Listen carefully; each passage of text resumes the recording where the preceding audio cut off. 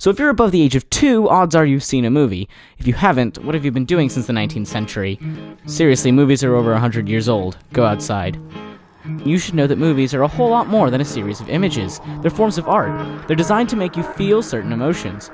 How do these movies affect us? In what ways and through what techniques do movies cause us to feel the emotions we do during films? Let's go into that, shall we?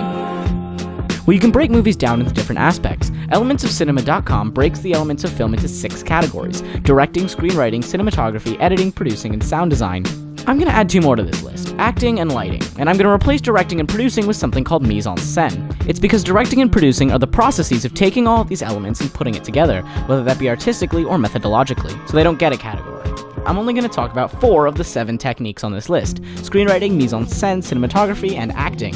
The other 3 are definitely just as important, but I simply don't have the time. Maybe for another video. Let's start with screenwriting. Always step 1 in creating a film. Screenwriting sets the building blocks for a narrative story. If no one wrote the story for a film, we couldn't call it a narrative, now could we? Scripts contain a few of their own elements. The order of events in a story is called a plot. Conflict decides the problems needing to be solved, while characters find and carry out that solution to the conflict.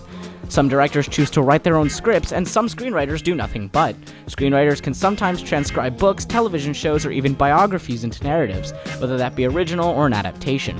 The script is always important, but the real driving force behind scripts is called the theme, the underlying meaning behind it all that gives the film its true power. Some are really subtle and some are really in your face. The theme is what drives the emotions and the direction of the film as a whole. So, let's go into some examples of screenwriting and themes at work. Take these 2 films, Star Wars and Aliens. Star Wars is so well known that I'm not even going to bother explaining the plot in much detail. Blah blah blah, Luke Skywalker, blah blah blah, the Force, blah blah blah, Dark Side, blah blah blah, Han Solo, blah blah blah, Death Star. If you haven't seen it at this point, you're a lost cause. But Aliens, while still popular, is a little less mainstream. Aliens is the sequel to the movie Alien. The first film is a sci-fi horror about a singular creature called a xenomorph that kills the entire crew of a ship and leaves the main character, Ellen Ripley, to survive on her own. But the sequel, Aliens, is a war flick about a team of Marines, along with Ripley, who are forced to survive against an onslaught of these creatures. So let's go back to Star Wars. You probably know the theme. Good will always triumph over evil, love wins over hate, stuff like that. A movie like Star Wars is pretty straightforward in its theme. Not a whole lot of deeper meaning because it's mostly there on the surface. But can you guess the theme of a movie like Aliens? Probably not. It probably looks like another action movie with guns and no real deeper meaning. But what if I told you that this film is actually an allegory for the Vietnam War?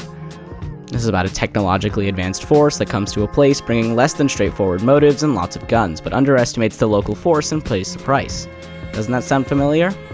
With that knowledge, doesn't that put this film into a little bit of a greater context? The theme, no matter how subtle, can really drive the meaning and the emotions behind a film. Following the creation of the story comes mise-en-scène and cinematography, or what's in the scene and how it's framed.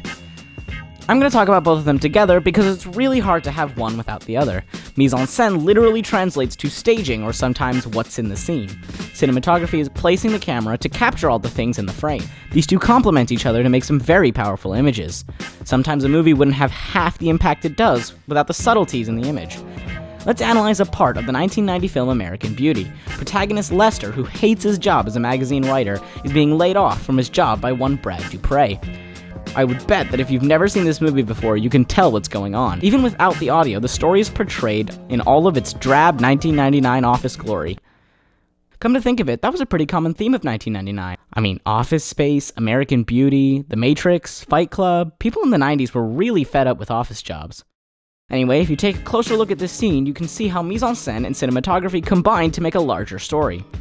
First of all, look at the things in the scene. A crappy plant, an out-of-place art piece, drab color on the walls, all of these tell you that this is a place you don't want to be, and that Lester in the center of the frame is right in the middle of it. The fact that he's in a mostly empty room also gives the sense that he is vulnerable and open to attack. If you look at Brad's shot, he's surrounded by things, creating a visual layer of defense and confidence. Unlike Lester, his things, while still in that drab 90s office color, are more neat and organized. He also has a name tag, which is something you would normally associate with a boss. The final point of mise-en-scène that really hammers the nail into this coffin of evidence that Lester is the worker being fired is the body language of the actors. This also falls into the category of acting, so I'll get more into it later. But if you look, you'll notice that Lester is slouched, not looking all that comfortable in his position. But Brad is upright, looking professional and condescending. But one of the most effective ways to show an imbalance of power and give the audience a sense that Lester is the one getting the short end of the stick is the angle of the camera. It seems subtle, but it's extremely common. We tend to associate height with power. Putting Brad at a low angle makes him look bigger and therefore more powerful. Since there's a high angle on Lester, he looks smaller and therefore weaker. How close someone is to the camera can also give a sense of who is important and who isn't. Brad fills up most of the frame, so he seems to be the most important thing in the room. Meanwhile, Lester doesn't fill up much of anything, almost insignificant. If you like this kind of thing, I recommend you check out this video right here. It goes into a bit more detail of this and another scene from this movie. Following the things you can do with the frame and the things in it comes the actors, the life of the film. An actor is anyone who plays a character within a narrative film. Actors can be male or female, young or old, good or evil. Actors portray the character given to them. They do this through the use of lines, blocking, emotions, and action. A good script is nice and all, but nothing compares to seeing it come to life, to seeing someone feel, or at least appear to feel, the emotions of the characters. Humans are social. When we see someone showing an emotion, we empathize. Given the actor plays a convincing role, the audience will feel like that person was that character. But actors can be used for a lot more than just crying and saying speeches. As an audience, we pay attention to subtle body language. We follow cues that a simple camera move cannot. When someone speaks, we look at them. When a group of people look at something, we look in that direction. Every camera move, every cut can be simply replaced with a few good actors. But let's go a bit into what really makes actors so vital. Besides being able to articulate the story at hand, actors function as the human elements in films.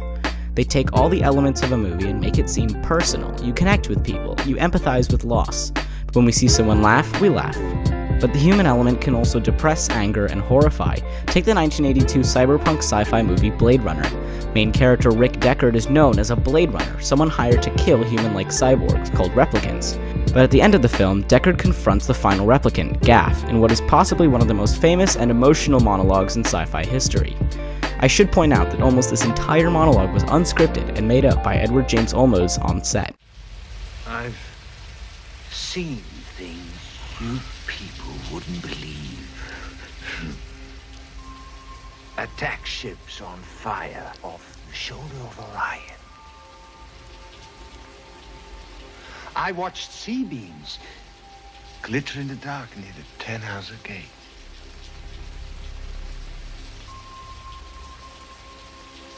All those moments will be lost in time, like tears in rain. Time to die. So when you watch a movie, what makes you laugh? What makes you cry? What puts you in the shoes of the characters and makes you genuinely enjoy the experience of watching a movie? Is it the narrative power of screenwriting? Is it the visual art of mise-en-scène and cinematography? Or is it the human connection of acting? There really isn't a best technique, and what you consider to be most powerful says more about you than it does the movies. Movies and the way they affect audiences have been growing and evolving for decades and will continue to grow and evolve, possibly forever. Now, if you'll excuse me, I have some more movies to watch.